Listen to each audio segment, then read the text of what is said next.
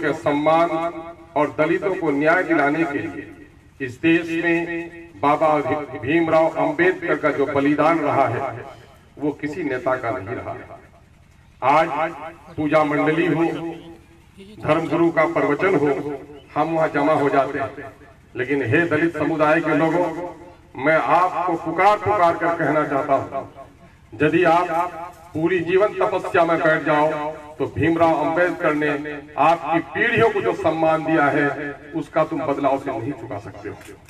क्योंकि मैं जानता हूं इतिहास को पढ़ना जरूरी है। दरख्त अपने जड़ों के बगैर खड़ा नहीं रह सकता। कोई भी जाति हो, कोई भी समुदाय हो, अगर वो अपने इतिहास को भुला देता है तो बहुत दिनों तक वो बाकी नहीं रह सकता। इतिहास साक्षी है कि मनोवादियों ने इस देश में धर्म का सहारा लेकर मानव जाति पर जो अत्याचार किया है वो एक काला अध्याय है इतिहास का। क्या हुआ, यहाँ पर कुछ पढ़े लिखे अगड़ी जाति के लोगों ने दलित समुदाय के शोषण के लिए धर्म का प्रयोग किया। मनो का शास्त्र ये कहता है कि ब्रह्मा के 4 अंगों से मानव जीवन की पैदाइश है। डॉक्टर संत साहब ज्ञानी आदमी हैं और दलितों के इतिहास को जिसने पढ़ा होगा, मनोवाद को अगर नहीं पढ़ा तो दलित अपने आप को नहीं पहचान सकता। क्या कहा कि ब्रह्मा के सर से जो जन्म लिया वो सर्व परे होगा, वो पूजा पाठ करेगा। बाजू से जो पैदा हुआ वो क्षत्रिय है, राज करेगा। पेट से जो पैदा हुआ है खेती करेगा, बनिया बनेगा, कारोबार करेगा। और पांव से जो जन्म लिया है वो शूद्र है, वो सत्य की सेवा करेगा। और दलित परिवार जिसको हम एससी और एसटी कहते हैं, इन मनोवादियों ने वही शूद्र कहा। शूद्र के बारे में धर्म का सहारा लेकर क्या कहा कि यदि अगर अगड़ी जाति का कोई आदमी अगर शूद्र की बेटी से बलात्कार कर ले तो अगड़ी जाति के युवा के सर के बाल मुंडा दिए जाए, और यदि यही अगर शूद्र का बेटा अगड़ी जाति के किसी लड़की से बलात्कार करे तो उसकी गर्दन काट दी जाए। क्या अन्याय था? अन्याय के इस गाथा को पढ़ना जरूरी है। दलितों अगर सम्मान पाना चाहते हैं तो पिछले इतिहास के पन्नों को जरा उल्टो। क्या था, एक दलित जब अगड़े के दरबार में जाता था उसके गले में हांडी बंदी होती थी और कमर में झाड़ू होता था। क्यों होता था? ये होता इसलिए था कि किसी अगड़ी जाति के लोगों के दरवाजे पर सुअर और कुत्ता भी बैठा तो उनका दरबार अपवित्र नहीं होता, लेकिन अगर कोई दलित वहां जाकर बैठ गया तो उनका दरवाजा अपवित्र होता। मेरी आंखों ने खुद देखा कि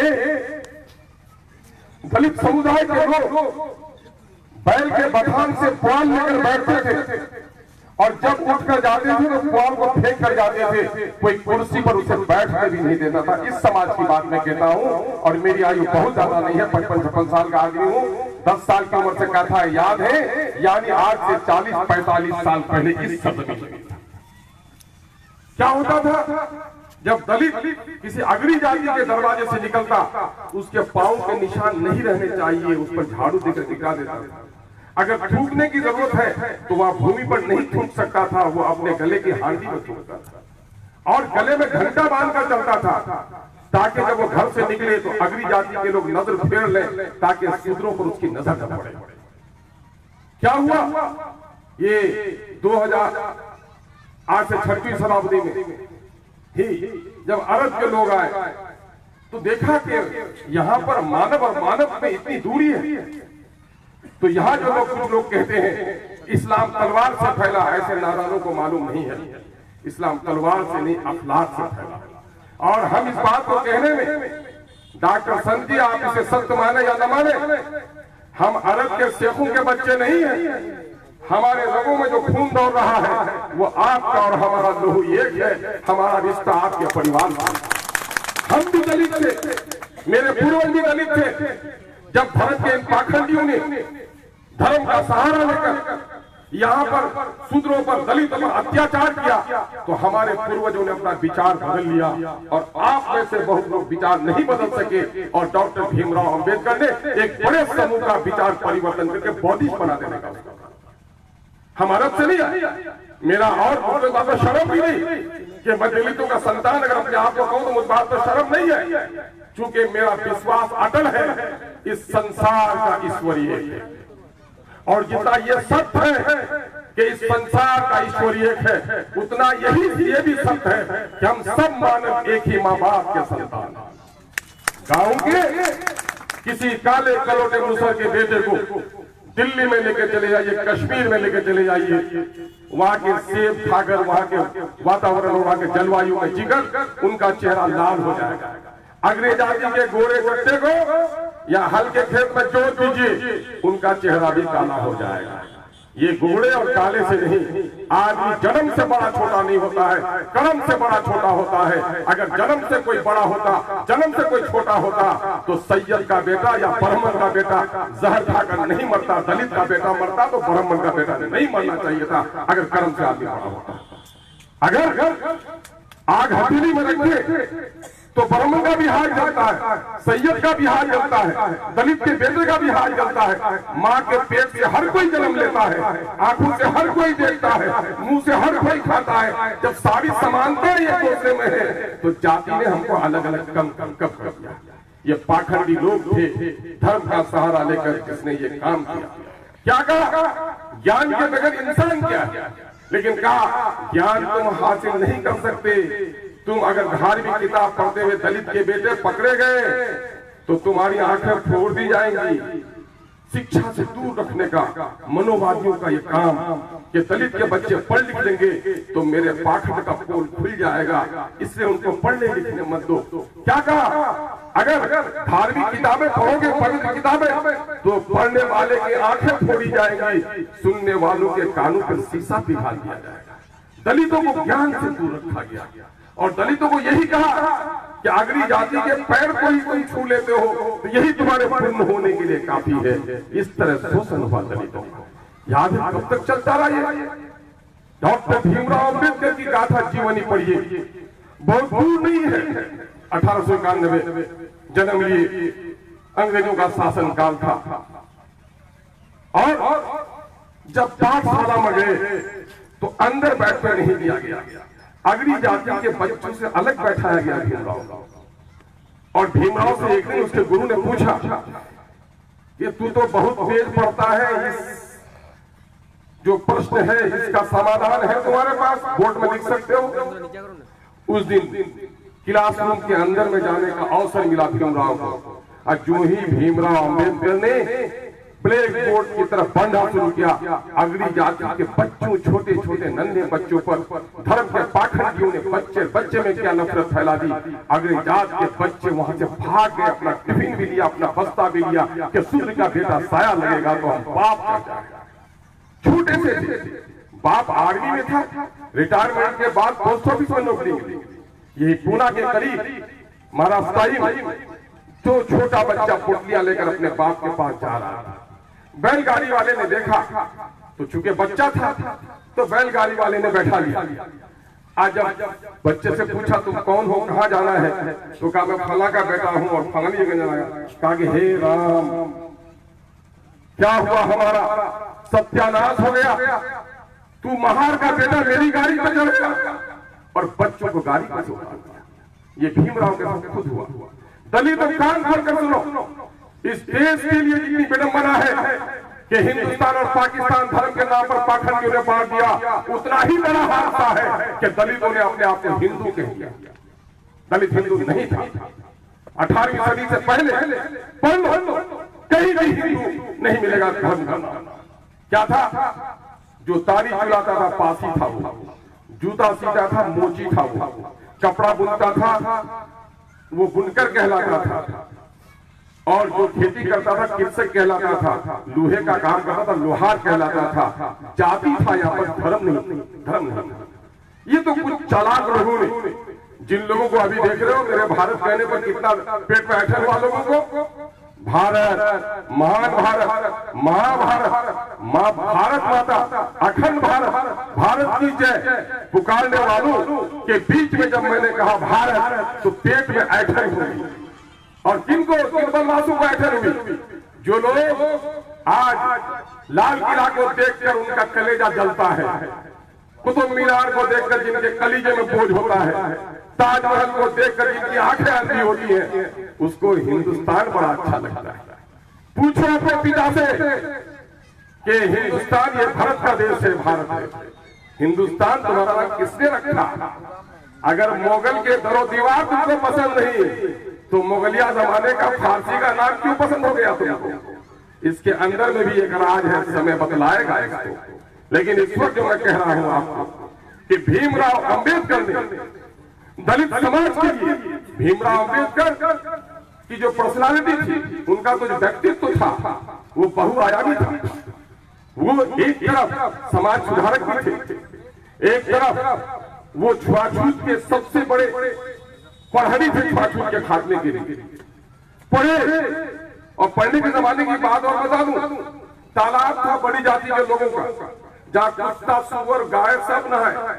लेकिन जब एक दिन उस पानी में नहा लिया डॉक्टर भीमराव अंबेडकर, तो बदन की चमड़ी फट गई थी अगली जाति के लोगों की पिटाई से। आज भी पूना में मेला लगता है और आज भी वो शायद इतिहास के पन्नों में है।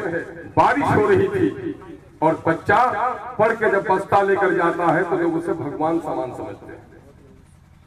लेकिन हुआ क्या, बारिश हो रही थी, घर के छप्पड़ के नीचे जो थोड़ कहते हैं, अंबेडकर छुप गया था तो अंबेडकर की पिटाई शांति हो गई। लोगों, आज भले ही थोर में जाने पर पिटाई नहीं हो, लेकिन दलितों की पिटाई आज भी हो रही है।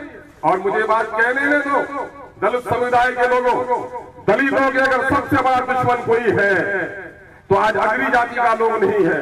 दलितों के अंदर का जो लोग पढ़ लिख कर ऊपर हो जाता है, जो चौकीदार दफादार बन जाता है, तो फिर वो बड़ा हिंदू हो जाता है, वो दलित नहीं रहता। अपने आंगन के दलित के साथ भी न्याय नहीं कर सकता। माफ करना, सबको नहीं कह सकता है बात। लेकिन आज जो दलितों का उत्थान उन्होंने रोका, अगर पूरा पैक्ट नहीं होता, अगर अंबेडकर नहीं होते, तो आज जो SC ST के लिए रिजर्व देख रहे हो, सीट मुखिया बन जाता है, समिति का सदस्य बन जाता है, पढ़ा लिखा नहीं हो तब भी उसको लोग जिता करके उसकी चाकरी कर लेता है। आज जो बड़े बड़े लोग आज भी तुम्हारा शोषण कर रहे हैं कि SC ST के नाम पर गैस की एजेंसी मिल जाती है, पेट्रोल पंप मिल जाता है, बड़ी जाति का लोग उनके नाम से लाइसेंस बनवा लेता है, पूरा माल ऐसा है, कुछ भी मिल जाता है। अगर ये बाबा भीमराव अंबेडकर की देन है। बाबा भीमराव अंबेडकर कितने बड़े विचारक थे, वो अर्थशास्त्र के इतने बड़े ज्ञानी थे कि रिजर्व बैंक ऑफ इंडिया उन्हीं की कल्पना, उन्हीं की सत्ता को साकार करके पेश करता है। आज वो कितने बड़े अर्थशास्त्री थे कि उन्होंने कहा किसी देश का संतुलित विकास अगर चाहते हो तो भारत के विकास के लिए संतुलन बनाए रखना होगा कि भौतिक लक्ष्य की प्राप्ति के लिए जितना इंडस्ट्रीज को इजाफा करना होगा, इंडस्ट्रियल रिवोल्यूशन जरूरी है, उतना एग्रीकल्चर के सेक्टर में भी रिवोल्यूशन जरूरी है। आज इंडस्ट्रियलाइजेशन तो हो गया, लेकिन किसानों का मामला आज दिल्ली में मौलाना याद दिला रहे थे, किसानों पर डंडे पड़ रहे हैं। यानी कि भीमराव अंबेडकर की जो कल्पना थी, जो उनका सपना था, उसको साकार होने नहीं दिया। आज तुम्हारे कारण में इलेक्शन के जमाने में आकर कहना मैं बड़ा भाग्यशाली हूं कि कई ऐसे बूथ जहां एक भी माइनॉरिटी का आदमी नहीं था, समझी, वहां पर भी दर्जनों वोट हमको दलित भाइयों ने दिया, जिसके लिए मैं दलित भाइयों का सम्मान और आदाब करता हूं। क्या हुआ ये शायद याद है उनको, क्या कहा था महाराष्ट्र के बड़ी जाति के लोगों ने कि संविधान सभा में महार जाति की क्या जरूरत है, महार क्यों जाएगा, है ना। लेकिन उस वक्त जब संविधान सभा के लिए इलेक्शन हुआ तो उस वक्त महाराष्ट्र में जन्मे, पूना में बढ़े, पढ़ लिख कर देश को सम्मान दिया। और कहां पढ़े, इकोनॉमिक स्कूल ऑफ लंदन में पढ़े, आपको डॉक्टरेट की उपाधि मिली, साइंस के MSc भी किया, आर्ट्स के भी अच्छे स्टूडेंट रहे, लॉ के बड़े अच्छे स्टूडेंट रहे, कोलंबिया से डॉक्टरेट की डिग्री मिली, इतना सारा सम्मान। लेकिन अंबेडकर को वहां भी उस वक्त ये सरदार वल्लभ भी नहीं चाह रहे थे कि अंबेडकर मेरे करीब में बैठे। जिस सरदार वल्लभ को लौह पुरुष कहते हो, वो सरदार वल्लभ भी नहीं चाहते थे कि मेरे करीब दलित का बेटा बैठे। मेरे भाइयों, आज देख लो, मेरे लीडर ने कहा ये सब कोई नहीं कह सकता, यही अवसर था डॉक्टर भीमराव अंबेडकर के ताल्लुक से जब बात हो रही थी पार्लियामेंट में, तो बैरिस्टर सुदीन ओवैसी ने कहा था कि दलितों को उस वक्त तक सम्मान नहीं मिल सकता जब तक कि भीमराव और दलितों के लोगों को प्रधानमंत्री की कुर्सी में बैठा देने का काम न हो। और ये भी कहा कि गांधी ने, अभी हमारा अजीज है बता रहा था, हम लोग इसको जानते हैं कि गांधी जी भी दलितों के बारे में हरिजन जो शब्द दिया था इसने, तो डॉक्टर भीमराव अम्बेडकर ने कभी हरिजन को बर्दाश्त नहीं किया। और आज हुआ, आज कानून में हो गया। मैं दलित भाई को कहूंगा कि अपने नाम के साथ क्यों हरिजन जोड़ते हो? मैं पूछा नाम क्या है? बोले रामनाथ हरिजन। मैंने कहा हरिजन काटो, हरिजन सब अब उचित नहीं है, बल्कि दलित और महादलित बना करके भी तुमको कहीं न कहीं से दर्शाया जाता है कि तुम समाज के नीचे के लोग हो, बराबरी का सम्मान दो। आज मैं इस बात का विरोध किया, हाउस में भी और बाहर में भी, कि साहब हरिजन के लिए स्कूल भी खोलिएगा तो शहर में अलग स्कूल हरिजन का।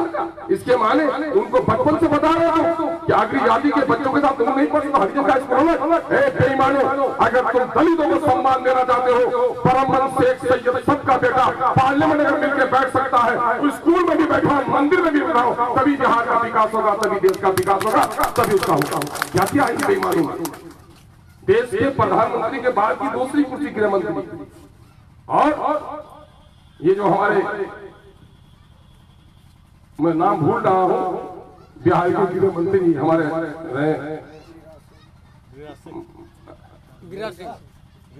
नहीं पुराने, वो जो अभी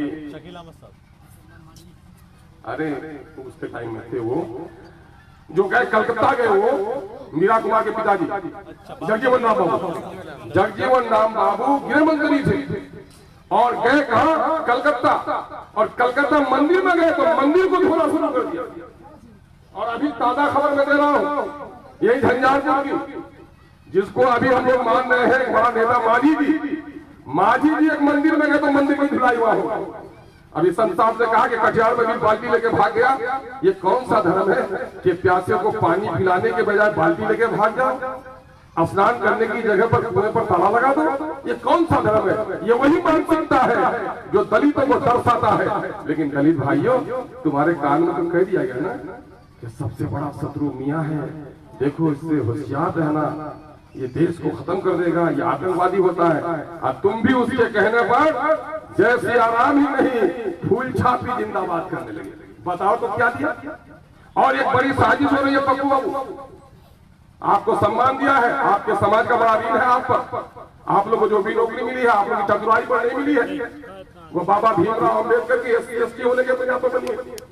85% जो दफेदार हो और चौकीदार हो वो भीमराव अम्बेडकर के नहीं हो। और ये अगली जाति के लोग तुमको लड़ाने के लिए काम और करते हैं। क्या करते हैं? बकरी का झगड़ा हुआ, मियाँ जी पर हरिजन एक लगा। जब ये लगता है तो समाज में नफरत बढ़ती है। हालांकि खान पान में, रहन सहन में तुमको विश्वास नहीं हो, गांव का सबसे छोटा जिसको आप कहते हो दलित, लाओ उसको पानी पिलाओ, मैं उसी के साथ खा लेता हूँ, उसका पानी पी लेता हूँ, गले मिल लेता हूँ। मैं जानता हूँ कि कसम ईश्वर की वो मेरा भाई है, वो उसी माँ का औलाद है जिसकी औलाद मैं हूँ। मैं भी अगर किसी हरिजन के घर पैदा होता तो मेरा नाम भी राम होता, मैं भी किसी मुसलमान के घर पैदा होता, मेरा नाम ऋषिदेव होता। मैंने कोई आवेदन नहीं किया था ईश्वर के यहाँ कि मुझे मुसलमान के घर में पैदा करना, धर्म विचार करना। और धर्म के पाखंडों के कारण भीमराव अम्बेडकर ने क्या कहा? दलित परिवार में तो जन्म लिया हूं, लेकिन दलित परिवार में मेरा मरण नहीं होगा। और उसने क्या किया? संसार के धर्मों का अलग अलग अध्ययन किया और उन्होंने जाकर बुद्धिज्म कबूल कर लिया। और बुद्धिज्म आज एक अलग अलग पहचान है। आज अगर सही तौर पर श्रद्धांजलि देना चाहते हो, रस्म पूरी करनी है तो अलग बात है। मियाँ लोग जैसे रोजा नहीं रखता, ईद पढ़ने चला जाता है, रस्म निभाना है तो अगर रस्म निभाना है तो रस्म निभा लो। 14 अप्रैल को याद कर लो, 6 दिसंबर को याद कर लो। आज 6 दिसंबर को तो वैसे भी मेरे आंखों में पानी होता है कि बदमाशों ने इसी की पुण्यतिथि के दिन बाबरी मस्जिद को तोड़कर न सिर्फ हमें तकलीफ पहुंचाया था, बल्कि भीमराव अंबेडकर के संविधान को भी तोड़ने का काम किया था, जो काला दिवस है। लेकिन सबसे बड़ी जरूरत इस बात की है कि भीमराव अंबेडकर ने जो लड़ाई लड़ी, कैसे लड़ाई लड़ी? दलित समुदाय के मेरे भाइयों, ये लड़ाई अगर नहीं होती ज्ञानी यहां से गई थी, जवाहरलाल नेहरू ने जब देश के लिए संविधान बनाने की आवश्यकता पड़ी तो अपनी बहन को भेजा लंदन, और लंदन में उस वक्त एक बहुत बड़े लॉयर थे, ज्ञानी थे, कोई समविलियम उसका नाम था, उसके पास। तो उन्होंने बड़ा ताना दिया कि 100 करोड़ का हिंदुस्तान, तुम्हारे पास एक आदमी नहीं है कि अपने देश का संविधान बना सको। तुम्हारे पास इतने लॉयर है, यूपी के एक लॉयर का नाम बताया, महाराष्ट्र के एक लॉयर का नाम बताया, देश का नाम बताया, भीमराव अंबेडकर का। और नतीजा ये हुआ जब उन दोनों को कहा गया तो उस दोनों ने पल्ला झाड़ लिया, और संविधान सभा के मेंबर बनने में भी, सुन लो दलित भाइयों, ये रिश्ता कितना मजबूत है कि सरदार वल्लभ ने भी कहा बाहर क्यों जाएगा, और महाराष्ट्र में जगह ही नहीं मिली। और उस वक्त की मुस्लिम समुदाय की पार्टी थी मुस्लिम लीग, और मुस्लिम लीग ने यहाँ आज वो हिस्सा पूर्वी पाकिस्तान में बांग्लादेश में चला गया है। अब मुस्लिम समुदाय ने मुस्लिम लीग का टिकट देकर तब संविधान सभा में भेजने का काम बाबा भीमराव अंबेडकर का किया है। यह पुराना मजबूत रिश्ता हमारा है, इस रिश्ते को आज तोड़ने का नापाक साजिश हो रही है। मैं नहीं कहता धर्म है, धर्म, अरे यहाँ पर कौन मनोवादी आ गया?